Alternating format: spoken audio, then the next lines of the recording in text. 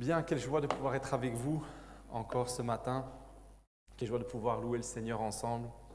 Quelle joie de pouvoir revoir aussi des visages que je n'ai plus vus depuis plusieurs mois.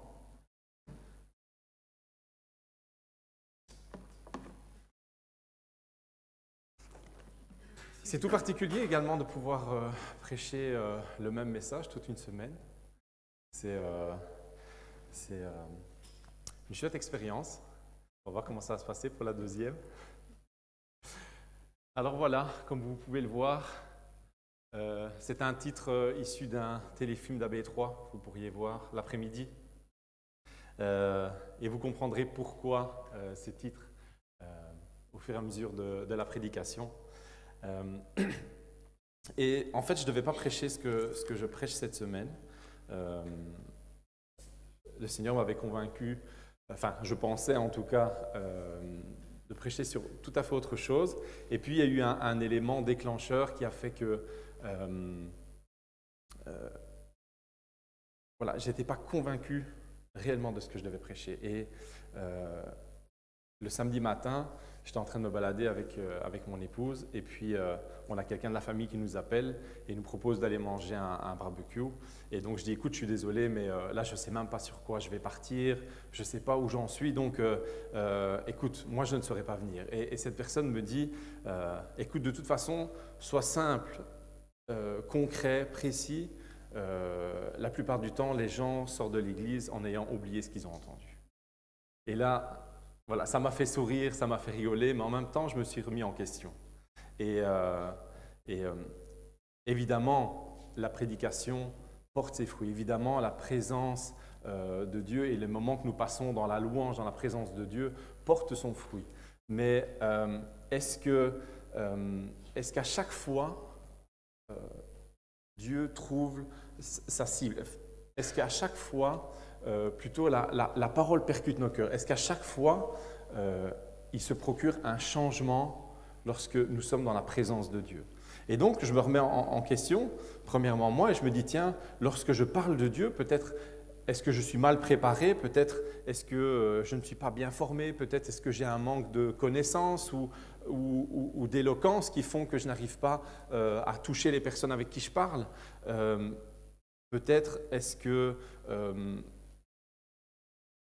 manque peut-être de puissance en fin de compte?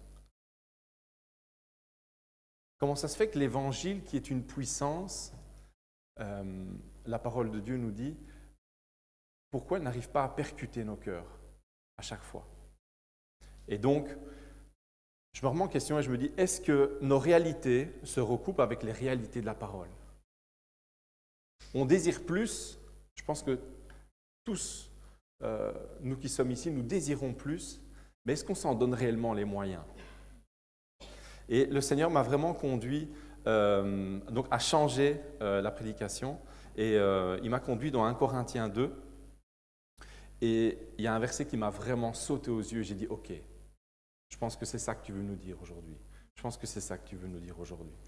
Et mardi, étant donné que j'avais changé cette prédication, le fait que voilà, j'ai tout changé en 24 heures, je me dis, oh, j'espère que je ne suis pas en train de me planter, etc.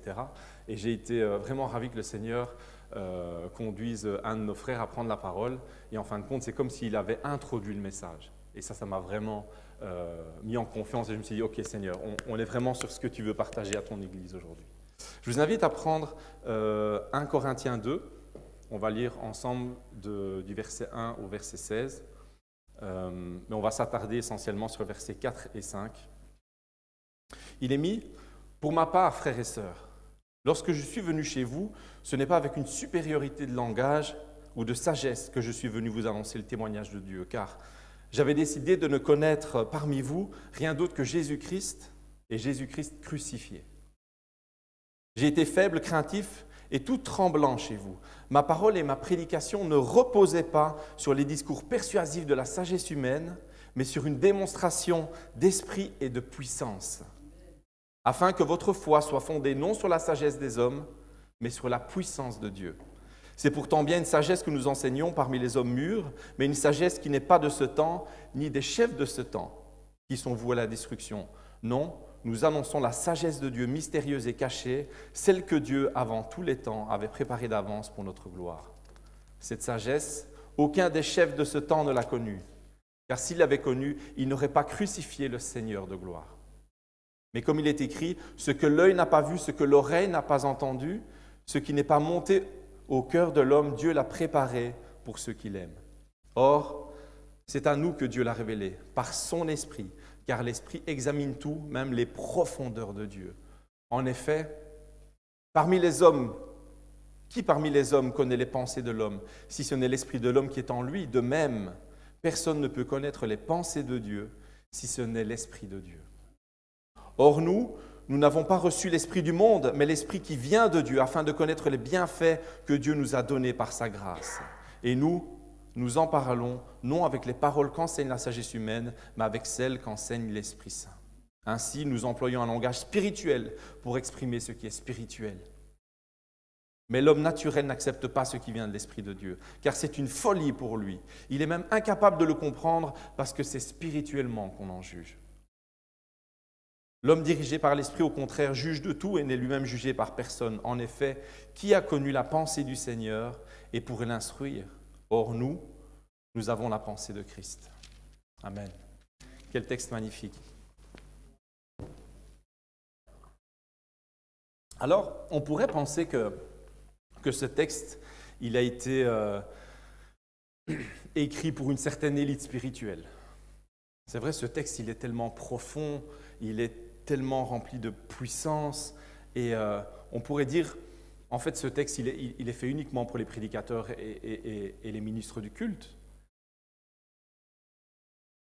Mais c'est tout à fait autre chose que Paul a laissé aux Corinthiens et qu'il nous laisse aujourd'hui. Cette parole, elle est pour nous. Nous qui avons été transformés par le message de la croix. Nous qui avons été choisis par Dieu pour être sauvés. Nous qui avons été choisis par Dieu pour prononcer les paroles de vie autour de nous. Cette parole, elle est pour nous. Alors si nous prêchons de belles paroles avec une belle doctrine et une belle sagesse, c'est bien. Mais est-ce que c'est ça qui va réellement changer les vies? Est-ce que c'est ça qui transforme l'être au plus profond? Nous allons découvrir ensemble quelques conseils que Paul nous laisse. La première chose qu'on peut découvrir, c'est que Paul ne vient pas dévaloriser qui que ce soit au début de ce texte. Directement, il retranscrit l'amour qu'il a pour les Corinthiens et le respect qu'il a pour eux. Paul, en fin de compte, il aurait pu venir avec de très belles argumentations. C'était quelqu'un de très instruit, quelqu'un qui connaissait certainement l'Ancien Testament sur le bout des doigts. Si on devait faire une similitude sur le niveau intellectuel de Paul aujourd'hui, c'est quelqu'un qui a un double doctorat en théologie. Vous pouvez imaginer, le gars, il a passé toute sa vie à étudier les écrits de la parole de Dieu. Et pourtant, il ne vient pas d'une manière orgueilleuse. Il ne vient pas en venant devant les Corinthiens en disant « voilà qui je suis ». Il vient avec énormément d'amour. Il ne vient pas avec de la supériorité pour persuader ses auditeurs, mais il vient avec l'amour et la puissance de Dieu. Et j'ouvre juste une parenthèse par rapport à ça. Il est vraiment important que l'Église se rappelle que nous ne devons pas rejeter les dons que Dieu nous donne, dans le sens où on peut entendre parfois des personnes qui ont peur, par exemple, de faire des études parce que si on pense que l'argent est mauvais, alors on ne doit pas faire par exemple des études en économie. Mais c'est totalement faux. Si Dieu a mis un don en toi pour faire fructifier de l'argent, fais-le. Pourquoi on doit le faire? Non pas pour faire fructifier de l'argent, mais parce que Dieu attend de nous, par rapport aux capacités qu'il a mis en nous, de pouvoir atteindre des personnes que nous ne pourrions pas atteindre autrement. Si on prend l'exemple de Paul, Paul était quelqu'un donc de très instruit et ça lui permettait de pouvoir partager l'Évangile avec des personnes de la haute société. Par exemple, lorsqu'il était en Grèce, on voit dans les Actes qu'il était en Grèce, Paul, qu'est-ce qu'il faisait? Il discutait de l'Évangile avec des philosophes de l'époque. Moi, personnellement, je ne me sens pas capable de pouvoir parler avec des philosophes, je ne me sens pas capable de pouvoir parler avec des scientifiques parce que je n'ai pas le bagage intellectuel pour pouvoir le faire. Mais par contre, si on exploite les dons et les capacités que Dieu a mis en nous, ça nous permettra de partager l'Évangile à des personnes qu'on ne soupçonnerait pas de pouvoir atteindre. Alors je veux vraiment nous encourager à exploiter les capacités que Dieu a mis en nous. Ce sera enrichissant pour l'Église, ce sera enrichissant de pouvoir atteindre des personnes qu'on ne pourrait pas atteindre. Mais n'oublions pas une chose, même si clairement ce sont des bonnes choses de pouvoir utiliser les capacités que Dieu met en nous, mais il y a une chose importante à se rappeler, c'est que ce n'est pas une belle prédication qui va faire venir les personnes de notre entourage à l'Église et rencontrer Dieu. Ce n'est pas une belle prédication qui va attirer les politiciens, les riches et les dirigeants à l'Église et à se tourner vers le message de la croix. Ce n'est pas une belle prédication qui va attirer les philosophes, les sociologues et les sceptiques à se convertir. Ce n'est pas une belle prédication qui va convaincre le proxénète, le dealer du coin ou le toxicomane de venir à Dieu. Ce n'est pas une belle prédication qui va ramener les démunis, les débauchés, les écorchés de la vie dans la présence de Dieu. Ce n'est ni par la persuasion, ni par nos capacités de leadership, ni notre sagesse, mais uniquement l'amour de Dieu et la puissance de l'Esprit. C'est ça qui fait la différence. C'est la puissance de l'Esprit de Dieu qui convainc que nous sommes pécheurs, que nous avons besoin de Dieu. C'est l'Esprit qui convainc de péché, de justice et de jugement. C'est lui qui transperce l'âme, l'être entièrement. C'est lui qui permet à une personne de plier le genou. C'est lui qui convainc le scientifique qu'il est le Dieu incroyable, celui qui a tout créé.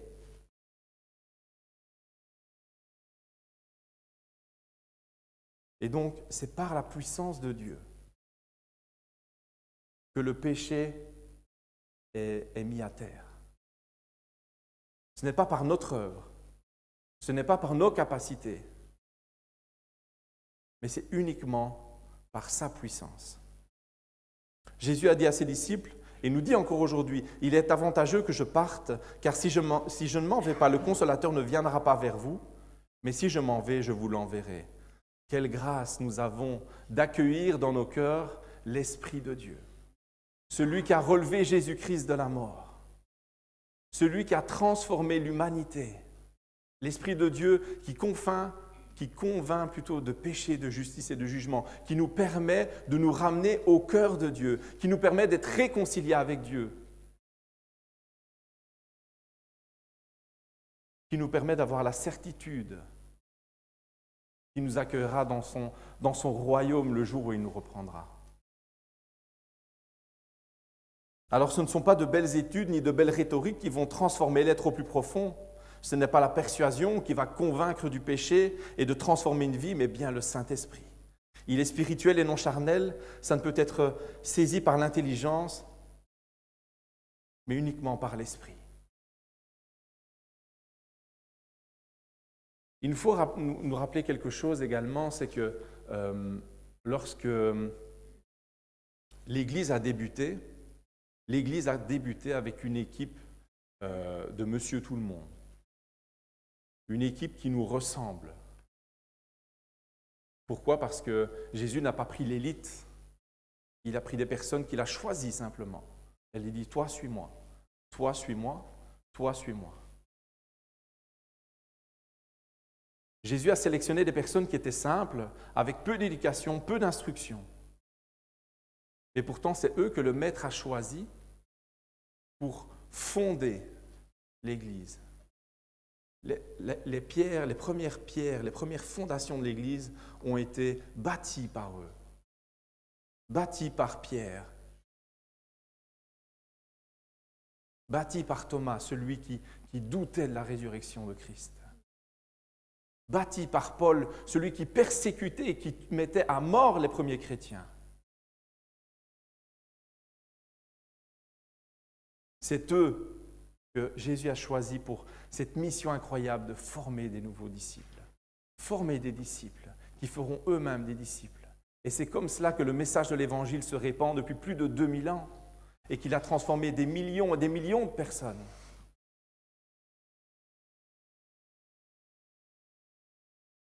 Alors, je voudrais nous encourager, à nous, Église, à laisser tomber le joug de la pression mondaine, de la performance et de la connaissance. Oui, c'est une bonne chose d'utiliser les capacités que Dieu a mis en nous, mais il est important d'aller puiser cette puissance qui réside en Dieu.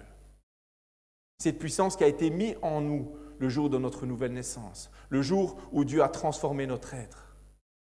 Ce Saint-Esprit est en nous et nous pouvons le vivre, le laisser s'exprimer. Alors comment? On voit que les apôtres sont passés par la case prière en attente de la puissance du Saint-Esprit. On voit que lorsqu'ils ont été saisis donc par l'Esprit, Pierre est sorti et a prêché devant 3000 personnes. Et ces personnes ont été convaincues de la prédication de Pierre.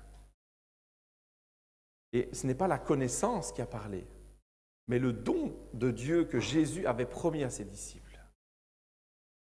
On voit que Pierre n'a rien dit d'exceptionnel, il n'y a pas eu de démonstration rhétorique, pas de discours compliqué. C'est simplement la puissance de Dieu qui s'est répandue dans les cœurs. Et qu'est-ce qui s'est passé après? On voit que les personnes sont venues courir vers Pierre. Elles étaient peut-être même un peu apeurées et on peut ressentir lorsqu'elles disent « Mais frère, que ferons-nous? Que ferons-nous? Que devons-nous faire pour accepter cette prédication? Que devons-nous faire pour accepter cette parole que tu viens de nous donner ?» Néhémie, Pierre leur dit « Repentez-vous et que chacun de vous soit baptisé au nom de Jésus-Christ pour le pardon de vos péchés et vous recevrez le don du Saint-Esprit. Car la promesse est pour vous, pour vos enfants et pour tous ceux qui sont au loin, en aussi grand nombre que le Seigneur notre Dieu les appellera. » Et par plusieurs autres paroles, il les conjurait et les exhortait, disant « Sauvez-vous de cette génération perverse. » Ceux qui acceptèrent la parole furent baptisés, et en ce jour-là, le nombre des disciples s'augmenta d'environ 3000 âmes. Amen. Le Saint-Esprit a transpercé les cœurs. C'est ça qui a permis de convaincre 3000 personnes. Et ce même Esprit, c'est lui qui nous a convaincus que Jésus est vivant, qu'il nous fallait un sauveur pour pouvoir rétablir la connexion entre Dieu et nous, qu'il nous fallait un médiateur. Nous avons besoin de revenir à l'Évangile et à la puissance de Dieu. Il faut arrêter avec « je ne suis pas capable ». Bannissons ça, je ne suis pas capable, je n'ai pas de connaissances. Bannissons ces paroles. Et je ne fais pas de psychologie positive, pas du tout. Mais je crois en ce que la parole dit, en ce que les promesses de la parole disent. Tu es capable car tu es enfant de Dieu. Nous sommes capables car nous sommes enfants de Dieu. Dans ton domaine, avec ton don, dans ta sphère d'influence, avec Dieu, tu pourras accomplir ce qu'il attend de toi. Alors, une fois que nous avons compris l'attitude et l'aptitude spirituelle que nous avons besoin pour vivre ces choses, qu'est-ce qui nous manque? Qu'est-ce qui nous manque? On voit encore une fois dans les actes que le passage par la chambre haute était cet élément charnière. Le passage par la chambre haute, c'est premièrement la dépendance de l'Esprit. La dépendance de l'Esprit, pourquoi? Parce que Jésus, avant de remonter au ciel, a dit à ses disciples « Attendez cette puissance, je vais vous la donner. » Et c'est ce qu'ils ont fait. Et ils se sont regroupés ensemble, ils ont été dans une chambre ensemble, dans une grande pièce. Quand on dit une chambre, c'est une grande pièce, parce qu'ils étaient quand même 120, donc ça devait peut-être ressembler à une pièce grande comme la nôtre. Et ils ont attendu. Ils n'ont pas attendu passivement, certainement qu'ils ont prié, qu'ils ont loué Dieu, certainement qu'ils se sont rappelés de tout ce que Jésus leur a dit, tous les événements qu'ils ont pu vivre, tous les miracles qu'ils ont pu voir de leurs propres yeux, les transformations.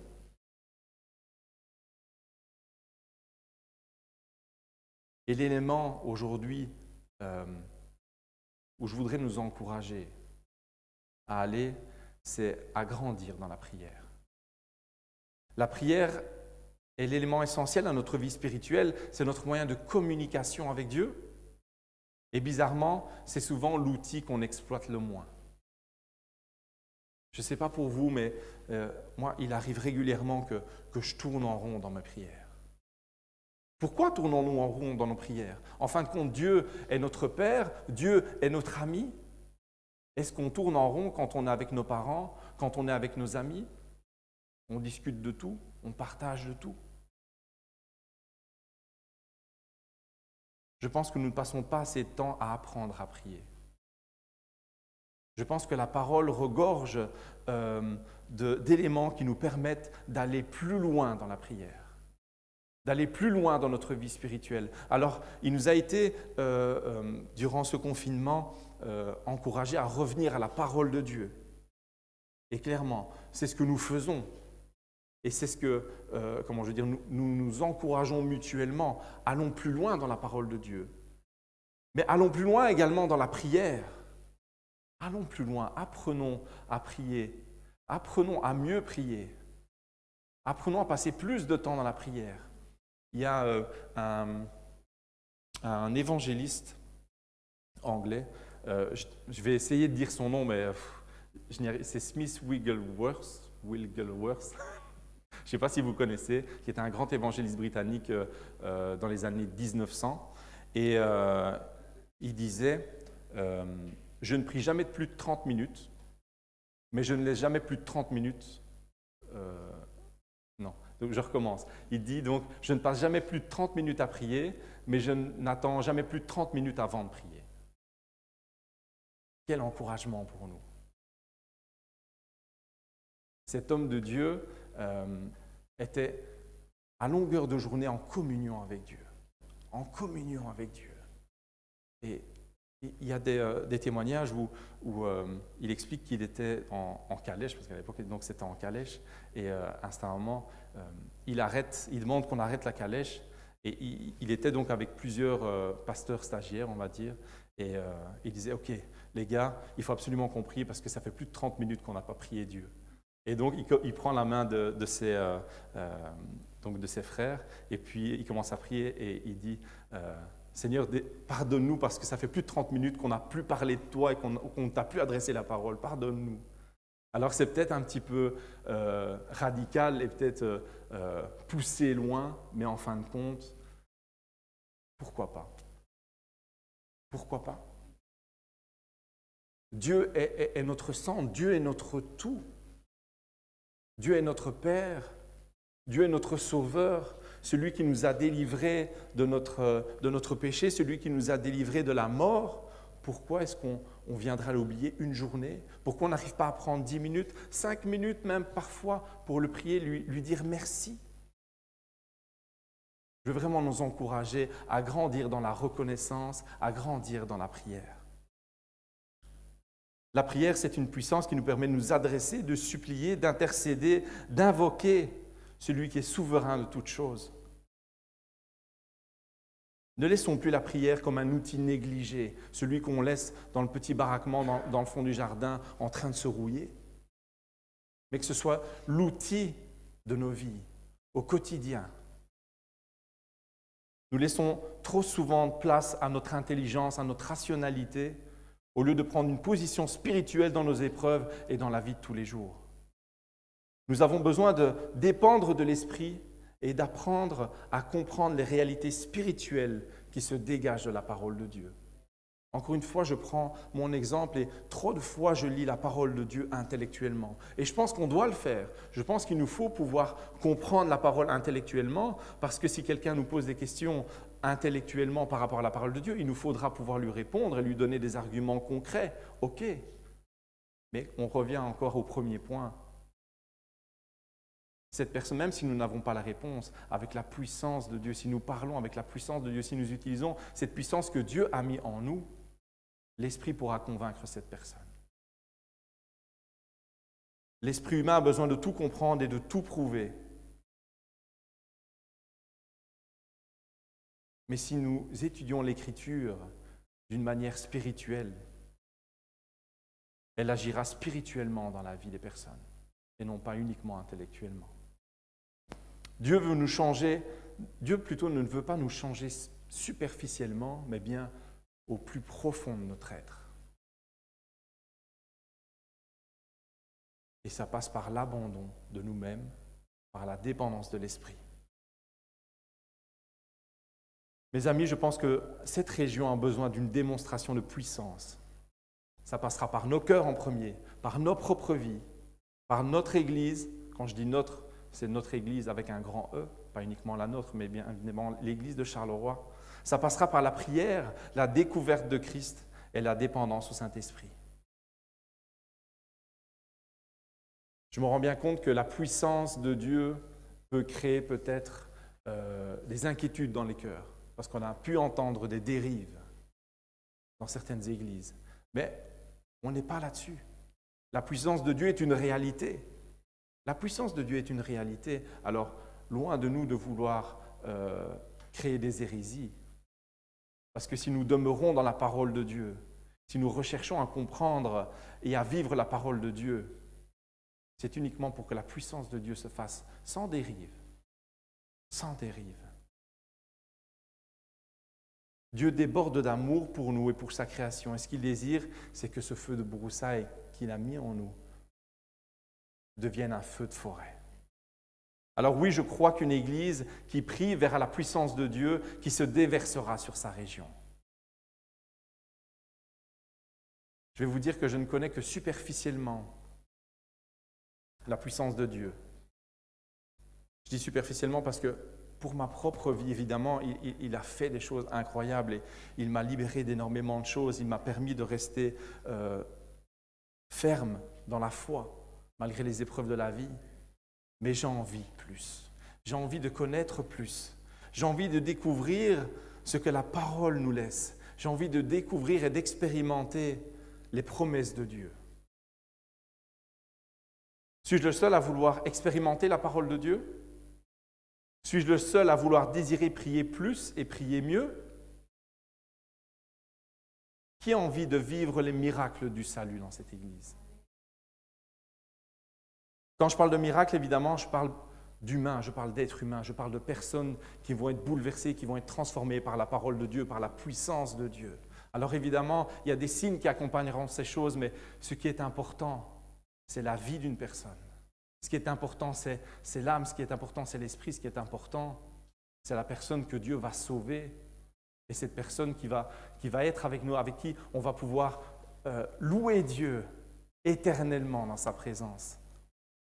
Rien n'est comparable à une âme qui retrouve le chemin de la maison du Père, qui le rencontre, le reconnaît comme Dieu et Seigneur et lui fait confiance. Rien n'est comparable.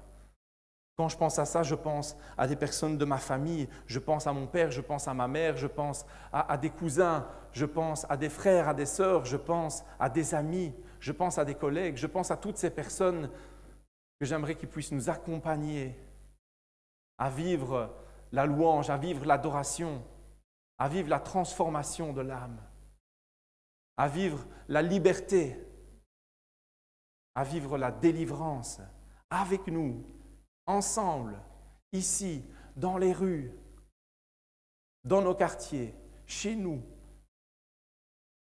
Mes amis, c'est notre destinée. C'est notre destinée. Il nous fait participer à sa gloire et à sa souffrance.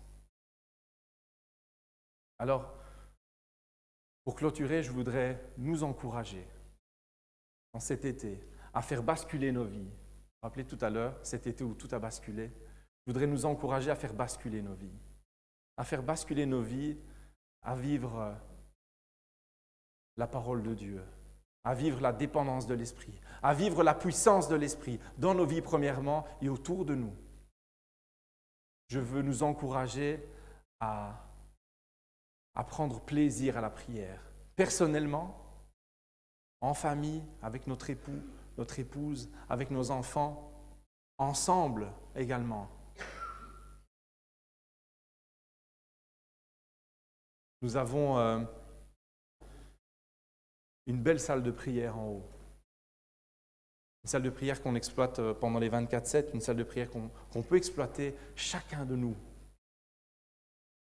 J'y passe lorsque j'y vais, j'y passe vraiment des moments incroyables, des moments bénis, des moments dans la présence de Dieu vraiment incroyables. Et je ne comprends pas pourquoi moi-même, personnellement, je n'y vais pas plus régulièrement. Alors, ce n'est pas l'endroit qui fait, mais c'est le temps que je consacre à Dieu. Ce temps où je me dis, OK, Seigneur, je vais me retrouver seul dans cette pièce. Je vais être, à l'abri de tout. Je me retire de tout, je me déconnecte de tout pour me connecter à toi. Et ces temps de prière, ces temps de lecture me sont tellement bénéfiques. Je veux vous encourager, je veux nous encourager à exploiter la prière, à découvrir, à apprendre de nouvelles choses dans la prière.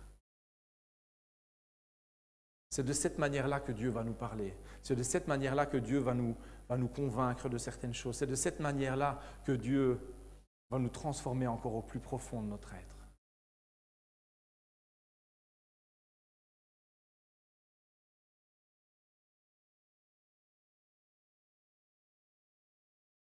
Apprenons à prier. Revenons de ces vacances ressourcés, assoiffés de la présence, de sa présence, embrasés par son esprit.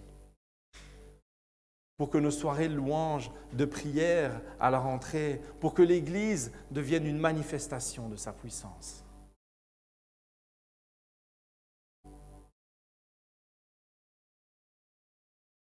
Je prie que nous puissions ensemble vivre ces choses. Nous le pouvons. Nous le pouvons. Il a mis cet esprit en nous. Nous pouvons vivre cette puissance. Et nous désirons la voir. Et nous voulons vous encourager à rechercher, à aller plus loin dans la présence de Dieu. Je vous invite à vous lever, on va prier ensemble.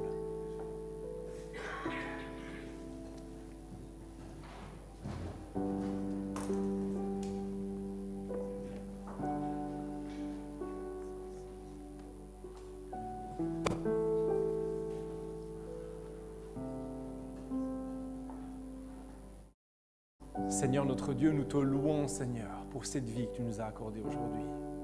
Nous te louons, Père, car nous pouvons venir ensemble, en ce lieu, pour te louer, t'adorer, glorifier ton nom, te dire encore combien tu es grand, combien tu es bon, combien tu es saint, combien tu es puissant. Seigneur, nous découvrons dans ta parole, Seigneur mon Dieu, que tu ouvres la mer pour que ton peuple puisse passer à pied sec. Seigneur mon Dieu, nous prions, Seigneur mon Dieu, que cette réalité spirituelle soit nôtre dans nos vies. Seigneur, nous désirons, Seigneur, que tu ouvres, Seigneur mon Dieu, la mer pour nous-mêmes, pour ton peuple, pour les personnes qui se perdent. Mais nous savons, Seigneur mon Dieu, que nous n'avons pas la capacité d'ouvrir la mer. C'est toi, Seigneur mon Dieu, qui nous donne cette capacité. C'est toi qui dis à Moïse, tends ton bâton.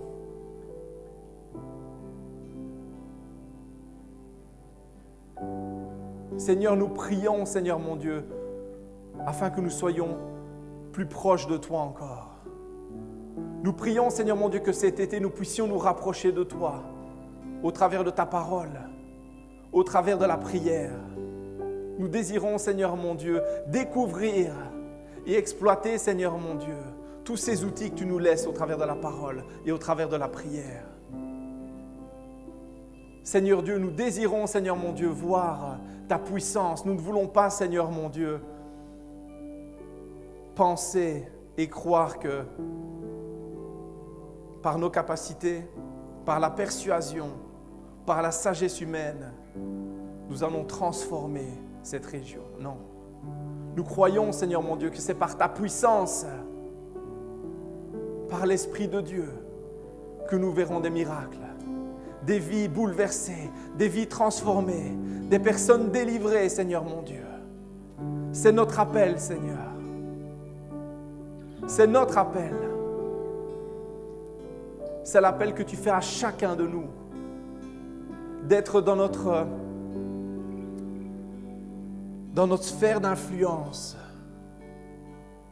des personnes qui allons partager l'amour et la puissance de Dieu. Alors Père, remplis-nous encore ce matin. Remplis-nous encore ce matin, Seigneur. Remplis-nous de toi. Remplis-nous de toi, Seigneur mon Dieu. Convainc-nous, Père, par ton esprit.